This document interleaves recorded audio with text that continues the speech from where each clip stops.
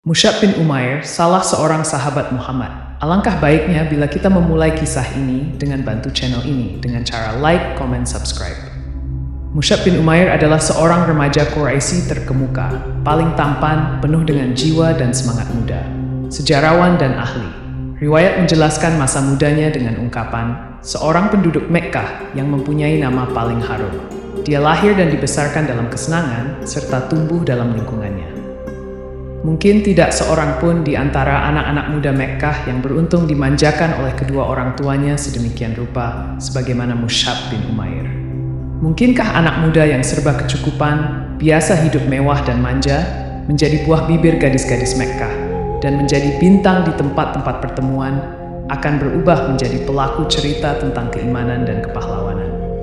Demi Allah, kisah Musyab bin Umair atau yang dijuluki oleh kaum muslimin dengan sebutan Musyab yang baik adalah kisah yang penuh pesona. Ia merupakan salah satu di antara orang-orang yang ditempa oleh Islam dan dididik oleh Muhammad. Namun, bagaimana sosok sejatinya? Sungguh, kisah hidupnya merupakan suatu kehormatan bagi seluruh umat manusia. Suatu hari, anak muda ini mendengar tentang Muhammad Al-Amin yang mulai menjadi perhatian bagi penduduk Mekkah, bahwa Muhammad menyatakan dirinya telah diutus oleh Allah sebagai pembawa berita gembira dan pemberi peringatan, sebagai penyeru yang mengajak umat beribadah kepada Allah yang Maha Esa. Saat siang dan malam, perhatian penduduk Mekkah tidak lepas dari berita itu. Ketika yang ada hanya perbincangan tentang Rasulullah dan agama yang dibawanya, anak muda yang manja ini paling banyak mendengar berita itu. Meskipun usianya masih belia, ia menjadi bunga di setiap tempat pertemuan dan perkumpulan. Setiap pertemuan apapun, mereka selalu berharap Musyab hadir di dalamnya. Penampilannya yang anggun dan otaknya yang cerdas merupakan keistimewaan Ibnu Umair, yang mampu membuka semua hati dan pintu. Musyab telah mendengar bahwa Rasulullah bersama pengikutnya sering mengadakan pertemuan di suatu tempat yang jauh dari gangguan dan ancaman orang-orang Quraisy. Pertemuan itu dilaksanakan di Bukit Syafa, di rumah Al-Arkam bin Abul Al-Arkam. Tanpa berpikir panjang dan tanpa seorang pun yang menemani, pada suatu senja ia pergi ke rumah Al-Arkam. Kerinduan dan rasa penasaran telah mendorongnya melakukan itu. Di tempat itulah Rasulullah bertemu dengan para sahabatnya untuk membacakan ayat-ayat Al-Quran kepada mereka dan syalat bersama mereka menghadap kepada Allah yang Maha Tinggi lagi Maha Kuasa. Ketika Musyab baru saja duduk, ayat-ayat Al-Quran mulai mengalir dari kalbu Rasulullah, bergema melalui kedua bibir beliau, mengalir sampai ke telinga dan meresap ke dalam hati para pendengar. Di senja itu, hati Musyab telah berubah menjadi hati yang tunduk oleh ayat-ayat Al-Quran. Keharuan yang ia rasakan hampir-hampir saja membuat tubuhnya terangkat dari tempat duduknya. Seolah-olah terbang oleh perasaan gembira. Tetapi Rasulullah mengulurkan tangannya yang penuh kasih sayang dan mengurut dada pemuda yang sedang bergejolak itu.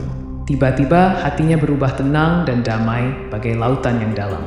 Pemuda yang baru saja masuk Islam dan beriman itu tampak telah memiliki hikmah yang luas dan berlipat ganda dari ukuran usianya. Mempunyai kepekatan hati yang mampu mengubah jalan sejarah. Ibunda Musyab, Khanas binti Malik, adalah sosok ibu yang memiliki kekuatan kepribadian yang cemerlang. Pesona pribadinya itu telah membuatnya disegani. Setelah memeluk Islam, tidak ada sosok yang paling membuat Musyab khawatir dan takut di muka bumi ini selain ibundanya. Seandainya Mekkah dengan segala patung, tokoh-tokoh terhormat dan padang pasirnya membentuk sebuah formasi yang mengepung dan memusuhinya, Musyab akan menganggap itu bukanlah musuh yang berat saat itu. Tetapi, bila musuh itu adalah ibunya, inilah kekhawatiran yang membuatnya gelisah. Dia berpikir cepat dan memutuskan untuk menyembunyikan keislamannya, kecuali jika Allah berkehendak iain. Tetapi, ia tetap bolak-balik ke Darul Al-Arkam dan bermajelis bersama Rasulullah. Dia benar-benar merasa tentram dengan menjadi orang yang beriman dan tetap berupaya menghindari kemurkaan ibunya, yang sampai saat itu tidak tahu sama sekali cerita tentang keislamannya. Hanya saja di Mekkah tiada rahasia yang tersembunyi. Mata dan telinga orang-orang Quraisy ada di setiap tempat mengikuti setiap langkah dan menyusuri setiap jejak. Utsman bin Talha melihat Musyab ketika memasuki rumah Al-Arkam secara diam-diam. Kali iain, Utsman melihatnya syalat seperti yang dilakukan oleh Muhammad pun segera menemui ibu Musyab dan melaporkan berita yang dijamin kebenarannya. Musyab berdiri di hadapan ibu dan keluarganya, serta para pembesar Mekkah yang berkumpul di rumahnya. Dengan hati yang benar-benar yakin dan mantap, Musyab membacakan ayat-ayat Al-Quran yang disampaikan oleh Rasulullah untuk mencuci hati nurani mereka, mengisinya dengan hikmah dan kemuliaan, kejujuran dan ketakwaan. Ketika sang ibu hendak membungkam mulut putranya dengan tamparan keras, tangan yang terayun bagai anak panah itu tiba-tiba lunglai dan jatuh terkulai di hadapan cahaya yang membuat wajah yang telah berseri cemerlang itu kian berwibawa dan tenang. Kewibawaannya telah menimbulkan penghormatan dan ketenangannya menumbuhkan kepercayaan. Sebagai seorang ibu, Ibunda Musyab tidak tega memukul dan menyakiti putranya. Tetapi pengaruh berhala-berhala terhadap dirinya membuat dirinya harus bertindak dengan cara lain. Lam membawa putranya itu ke ruang yang terisolir di dalam rumahnya, lalu mengurungnya di dalam ruangan itu dan ditutup rapat-rapat. Musyab tinggal dalam kurungan itu sekian lama hingga beberapa orang di antara kaum muslimin hijrah ke Habasyah. Mendengar berita hijrah ini, Musyab pun mencari muslihat dan berhasil mengelabui ibu dan penjaga-penjaganya, lalu hijrah ke Habasyah dengan penuh ketaatan. Lalu tinggal di sana bersama saudara-saudaranya kaum muhajirin, lalu pulang ke Mekkah. Kemudian ia pergi lagi untuk hijrah kedua bersama para sahabat atas titah Rasulullah dan karena taat kepada beliau. Tetapi di Habasyah maupun di Mekkah tidak ada bedanya bagi Musyab. Ujian dan penderitaan yang harus dihadapi Musyab kian meningkat, tanpa kenal waktu dan tempat. Musyab telah berhasil membentuk pola kehidupannya dengan format baru sesuai dengan yang dicontohkan oleh sosok pilihan, Muhammad. Dia kini telah sampai pada keyakinan bahwa hidupnya sudah sepantasnya dipersembahkan untuk penciptanya yang maha tinggi, Rabb-nya yang maha agung.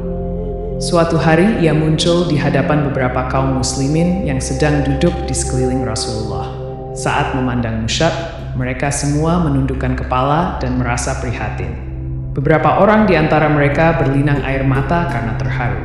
Hal itu karena mereka melihat Musyab memakai jubah usang yang penuh dengan tambalan. Mereka teringat penampilannya sebelum masuk Islam ketika pakaiannya bagaikan bunga-bunga di taman hijau yang terawat dan menyebarkan bau yang wangi. Rasulullah sendiri menatapnya dengan pandangan yang bijaksana. Pandangan yang penuh rasa syukur dan kasih sayang. Kedua bibir beliau menyunggingkan senyuman mulia, seraya bersabda, "Aku telah mengetahui Musyab ini sebelumnya.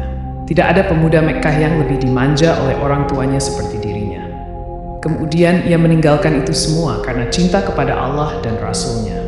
Sejak ibunya merasa putus asa untuk mengembalikan Musyab kepada agama yang lama, segala fasilitas yang dahulu dinikmatinya dihentikan. Bahkan, ibunya tidak sudi nasinya dimakan orang yang telah mengingkari berhala. Sang ibu tega membiarkannya menanggung derita kemurkaannya, walau itu adalah anak kandungnya sendiri. Akhir pertemuan Musyab dengan ibunya adalah ketika perempuan itu hendak mengurungnya kembali setelah ia pulang dari Habasyah. La pun bersumpah dan menyatakan tekadnya untuk membunuh orang-orang yang membantu melaksanakan rencananya. Karena sang ibu telah mengetahui kebulatan tekad putranya yang tidak bisa ditawar lagi, tidak ada jalan iain baginya kecuali melepasnya dengan cucuran air mata. Sementara Musyab pun tidak kuasa menahan tangis. Perpisahan itu menggambarkan kepada kita kegigihan yang luar biasa dari pihak ibu dalam kekafiran. Sebaliknya, kebulatan tekad sangat kuat dari pihak anak dalam mempertahankan keimanan. Sang ibu mengusirnya dari rumah. Dia berkata, "Pergilah sesuka hatimu. Aku bukan ibumu lagi." Musyab menghampiri ibunya seraya berkata, "Wahai bunda, saya ingin menyampaikan nasihat kepada bunda, dan Ananda merasa kasihan kepadamu. Saksikanlah bahwa tiada ilah yang berhak disembah selain Allah dan Muhammad adalah hamba dan utusannya." Ibunya menjawab dengan penuh emosi dan kesal, "Demi bintang, sekali-kali ku takkan masuk ke dalam agamamu itu. Otakku bisa jadi rusak dan akalku akan melemah." Musyab kini meninggalkan kemewahan dan kesenangan yang dinikmatinya selama ini dan memilih hidup miskin dan sengsara. Pemuda berpenampilan mewah dan wangi itu kini telah menjadi seorang melarat dengan pakaiannya yang kasar dan usang. Satu hari ia ada kalanya makan dan beberapa hari menderita lapar. Tetapi jiwanya yang telah dihiasi dengan akidah yang suci dan memancar oleh cahaya ilahi telah mengubah dirinya menjadi seorang manusia yang dihormati, penuh wibawa dan disegani. Suatu saat Rasulullah memilih Musyab untuk melakukan tugas yang paling agung saat itu. telah menjadi utusan Rasulullah ke Madinah untuk mengajarkan agama kepada orang-orang Ansyar yang telah beriman dan berbayat kepada Rasulullah di Bukit Aqabah, mengajak orang-orang yang lain agar menganut agama Allah dan mempersiapkan Madinah untuk hijrah yang agung. Ketika itu sebenarnya masih banyak tokoh yang lebih tua di kalangan sahabat, lebih berpengaruh dan lebih dekat hubungan kekeluargaannya dengan Rasulullah daripada Musyab. Tetapi Rasulullah menjatuhkan pilihannya kepada Musyab yang baik. Beliau menyadari sepenuhnya bahwa beliau telah mikulkan tugas yang besar di pundak pemuda itu dan menyerahkan nasib agama Islam kepadanya di Madinah, yang tidak lama lagi akan menjadi Darul Hijrah, pusat para dai dan dakwah, dan markas para pengemban misi Islam dan prajurit perang. Musyab memikul amanat itu dengan bekal kearifan pikir dan kemuliaan akhlak yang dikaruniakan Allah kepadanya. Kezuhudan, kejujuran, dan sungguhan hatinya telah berhasil melunakkan dan menawan hati penduduk Madinah hingga mereka berduyun-duyun masuk Islam. Pada saat awal tiba di Madinah, yang menganut agama Islam di sana hanya 12 orang yang telah berbayat di Bukit Aqabah. Tetapi beberapa bulan kemudian, banyak orang bersedia memenuhi panggilan Allah dan Rasul-Nya. Pada musim haji berikutnya, setelah tahun perjanjian Aqabah, kaum muslimin Madinah mengirim utusan yang mewakili mereka menemui Nabi. Jumlah mereka adalah 70 mukmin laki-laki dan perempuan. Mereka berangkat dipimpin oleh guru mereka, yang tidak lain adalah orang yang diutus oleh Nabi kepada mereka, yaitu Musyab yang baik. Dengan kesopanan dan kebaikan yang ditunjukkan, Musyab bin Umair telah menjadi bukti bahwa Rasulullah tahu bagaimana memilih orang yang tepat, telah memahami tugas dengan sepenuhnya, dan mampu menempatkan diri pada batas-batas yang telah ditetapkan. Telah sadar bahwa tugasnya adalah menyeru kepada agama Allah, menyampaikan berita gembira tentang agamanya, yang mengajak manusia menuju hidayah Allah, membimbing mereka ke jalan yang lurus. Tugasnya hanyalah menyampaikan agama Allah seperti tugas Rasulullah yang diimaninya. Di Madinah, Musyab tinggal sebagai tamu di rumah Asad bin Zurarah. Lah bersama Asad mengunjungi kabilah-kabilah, rumah-rumah, dan tempat pertemuan untuk membacakan ayat-ayat kitab suci Rabb-Nya yang telah ia ketahui. Mereka berdua menyampaikan kalimat Allah bahwa Allah adalah ilah yang Maha Esa secara hati-hati. Musyab pernah menghadapi beberapa peristiwa yang mengancam keselamatan diri dan sahabatnya, yang nyaris celaka jika tanpa kecerdasan akal dan kebesaran jiwanya. Suatu hari, ketika ia sedang memberikan petuah kepada orang-orang, tiba-tiba disergap oleh Usaid bin Al-Hudair, pemimpin kabilah Abdul Asihal di Madinah. Usaid menodong Musyab dengan belati yang terhunus.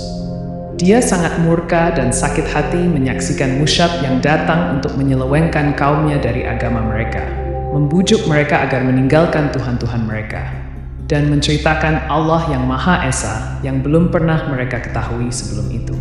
Tuhan-Tuhan yang selama ini mereka kenal bisa dilihat dengan jelas terpajang di tempatnya. Dan bila seseorang berkepentingan, ia tahu di mana tempat Tuhannya. Dia bisa langsung menghadap Tuhannya untuk memaparkan kesulitan serta menyampaikan permohonan. Demikianlah yang tergambar dan terbayang dalam pikiran suku Abdul Asihal. Berbeda dengan Rabb Muhammad yang sedang didakwahkan oleh utusan yang datang kepada mereka itu, tiada seorang pun yang mengetahui tempatnya atau melihatnya. Saat kaum muslimin yang sedang duduk bersama Musyab melihat kedatangan Usaid bin Al-Hudair dengan membawa kemurkaan bagaikan api yang berkobar, mereka pun merasa khawatir. Tetapi Musyab yang baik tetap tenang, percaya diri, dan menunjukkan kegembiraan. Bagaikan singa hendak menerkam, Usaid berdiri di depan Musyab dan Asad bin Zurarah, seraya berkata, "Apa maksud kalian datang ke kampung kami? Apakah kalian hendak membodohi orang-orang yang lemah di antara kami? Tinggalkan segera tempat ini jika kalian tidak ingin mati." Bagaikan samudra yang tenang dan dalam, laksana cahaya fajar yang ceria dan damai, ketulusan hati, Musyab yang baik mampu menggerakkan lidahnya untuk mengeluarkan ucapan yang lembut. "Mengapa Anda tidak duduk dan mendengarkan dulu? Seandainya Anda menyukai, Anda dapat menerimanya. Sebaliknya, jika tidak, kami akan menghentikan apa yang Anda benci." Usaid adalah sosok yang berakal cerdas. Dalam hal ini, ia melihat bahwa Musyab mengajaknya berdialog dan meminta pertimbangan kepada hati nuraninya sendiri. Lah hanya dimohon bersedia mendengar, bukan lainnya. Jika ia menyetujui, ia akan membiarkan Musyab. Dan jika tidak, Musyab berjanji akan meninggalkan kampung dan penduduknya untuk mencari tempat dan masyarakat lain, dengan tidak merugikan orang lain ataupun dirugikan. Ketika itulah Usaid menjawab, "Sekarang aku insaf." Dia pun melemparkan belatinya ke tanah dan duduk mendengarkan. Ketika Musyab membacakan ayat-ayat Al-Quran dan menguraikan seruan yang dibawa oleh Muhammad bin Abdullah, X, dada Usaid mulai terbuka dan bercahaya, berdetak mengikuti naik turunnya suara, serta meresapi keindahannya. Belum selesai Musyab menyampaikan uraiannya, Usaid sudah berseru kepadanya dan orang-orang yang bersamanya, alangkah indah dan benamnya ucapan itu. Apakah yang harus dilakukan oleh orang yang hendak masuk agama ini? Mereka pun menjawabnya dengan suara tahlil yang menggemuruh bagai hendak mengguncangkan bumi. Kemudian Musyab berkata kepada Usaid, hendaklah ia menyucikan badan dan pakaiannya, serta bersaksi bahwa tiada ilah yang berhak diibadahi selain Allah. Setelah itu, Usaid meninggalkan mereka, kemudian kembali dengan rambut yang masih meneteskan air sisa bersuci. Lah berdiri sambil menyatakan pengakuannya bahwa tiada ilah yang berhak diibadahi selain Allah dan bahwa Muhammad itu utusan Allah. Berita keislaman Usaid pun cepat tersebar bagai cahaya. Keislamannya disusul oleh kehadiran Sa'ad bin Mu'adz. Setelah mendengar uraian Musyab, Sa'ad pun merasa puas dan masuk Islam. Langkah ini disusul oleh Sa'ad bin Ubadah. Dengan keislaman mereka bertiga, maka selesailah sudah persoalan dengan berbagai suku di Madinah. Warga Madinah saling berdatangan dan bertanya-tanya antara sesama mereka. Jika Usaid bin Al-Hudhair, Sa'ad bin Ubadah, dan Sa'ad bin Mu'adz telah masuk Islam, apalagi yang kita tunggu? Ayolah kita pergi kepada Musyab dan beriman bersamanya. Kata orang, kebenaran itu terpancar dari celah-celah giginya. Demikianlah, duta Rasulullah yang pertama telah mencapai hasil gemilang. Keberhasilan yang memang wajar dan pantas diraih oleh Musyab. Hari berganti hari dan tahun demi tahun terus berjalan hingga tiba waktu Rasulullah bersama para sahabat beliau hijrah ke Madinah. Orang-orang Quraisy semakin terbakar oleh dendam. Mereka menyiapkan segala yang diperlukan untuk melanjutkan tindak kezaliman terhadap hamba-hamba Allah yang saleh. Perang Badar meletus dan kaum Quraisy pun harus menelan pil pahit yang menghabiskan sisa-sisa pikiran sehat mereka, hingga mereka berusaha untuk menuntut balas. Setelah itu perang Uhud menjelang, dan kaum muslimin pun bersiap-siap mengatur barisan. Rasulullah berdiri di tengah barisan itu, menatap setiap wajah orang beriman, untuk memilih siapa di antara mereka yang berhak membawa bendera perang. Beliau pun memanggil Musyab yang baik, dan akhirnya ia tampil sebagai pembawa panji perang kaum muslimin. Peperangan berkobar dan berkecamuk dengan sengitnya. Namun sayang, pasukan pemanah melanggar perintah Rasulullah. Mereka meninggalkan posisinya di puncak bukit setelah melihat orang-orang musyrik mundur dan menderita kekalahan. Perbuatan mereka itu secepatnya mengubah suasana, hingga kemenangan kaum muslimin beralih menjadi kekalahan. Pasukan kaum muslimin dikagetkan oleh serangan balik pasukan berkuda Quraisy yang menyatroni mereka dari puncak bukit. Mereka diserang saat dalam keadaan lengah dengan pedang-pedang yang haus darah dan mengamuk bagai orang gila. Ketika musuh melihat barisan kaum muslimin porak-poranda, mereka pun mengalihkan serangan ke arah Rasulullah untuk membunuh beliau. Musyab bin Umair menyadari ancaman yang berbahaya tersebut. Dia pun mengangkat panji perang setinggi-tingginya dan bagaikan raungan singa, ia bertakbir sekeras-kerasnya. Ia berjalan ke depan, melompat, mengelak dan berputar lalu menerkam. Ia memfokuskan semua upaya untuk menarik perhatian musuh kepadanya dan melupakan Rasulullah.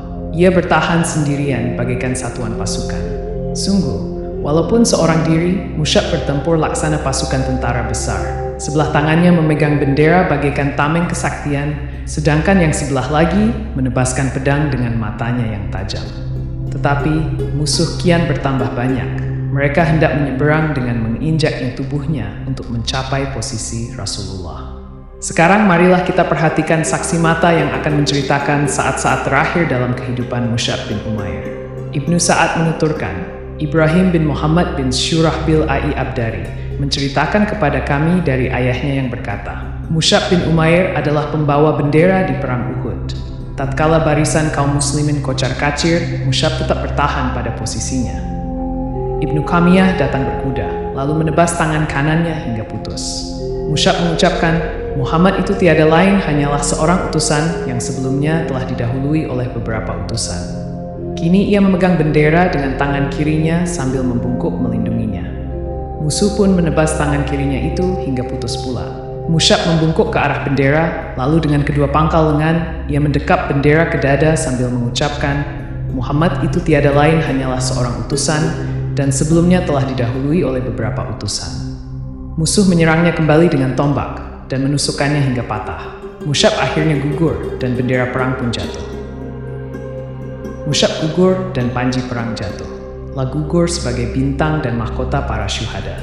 Hal itu dialaminya setelah mengarungi kancah pengorbanan dan keimanan dengan keberanian yang luar biasa. Saat itu Musyab yakin bahwa sekiranya ia gugur, tentu jalan para pembunuh akan terbuka lebar menuju Rasulullah tanpa ada pembela yang akan melindungi beliau. Karena cintanya yang tiada, terbatas kepada Rasulullah, dan cemas memikirkan nasib beliau bila seandainya ia gugur, maka setiap sabetan pedang menebas tangannya. Ia mengucapkan, Muhammad itu tiada lain hanyalah seorang utusan, dan sebelumnya telah didahului oleh beberapa utusan. Kalimat yang kemudian dikukuhkan sebagai wahyu ini selalu diulang dan dibaca sampai selesai, hingga akhirnya menjadi ayat Al-Quran yang selalu dibaca orang. Setelah pertempuran sengit itu selesai, jasad pahlawan ulung yang syahid itu ditemukan dalam keadaan terbaring dengan wajah menelungkup ke tanah digenangi oleh darahnya yang mulia. Rasulullah bersabda, sungguh Rasulullah akan menjadi saksi pada hari kiamat nanti bahwa kalian semua adalah syuhada di sisi Allah. Kemudian beliau berpaling ke arah sahabat yang masih hidup dan bersabda, wahai manusia, berziarahlah dan berkunjunglah kepada mereka. Ucapkanlah salam untuk mereka. Demi zat yang jiwaku di tangannya, tiada seorang muslim pun yang mengucapkan salam kepada mereka sampai hari kiamat, kecuali mereka pasti membalas salamnya. Semoga keselamatan dilimpahkan kepadamu, wahai Musyab. Semoga keselamatan dilimpahkan kepada kalian, wahai para syuhada. Semoga keselamatan, kerahmatan, dan keberkahan dilimpahkan kepada kalian semua.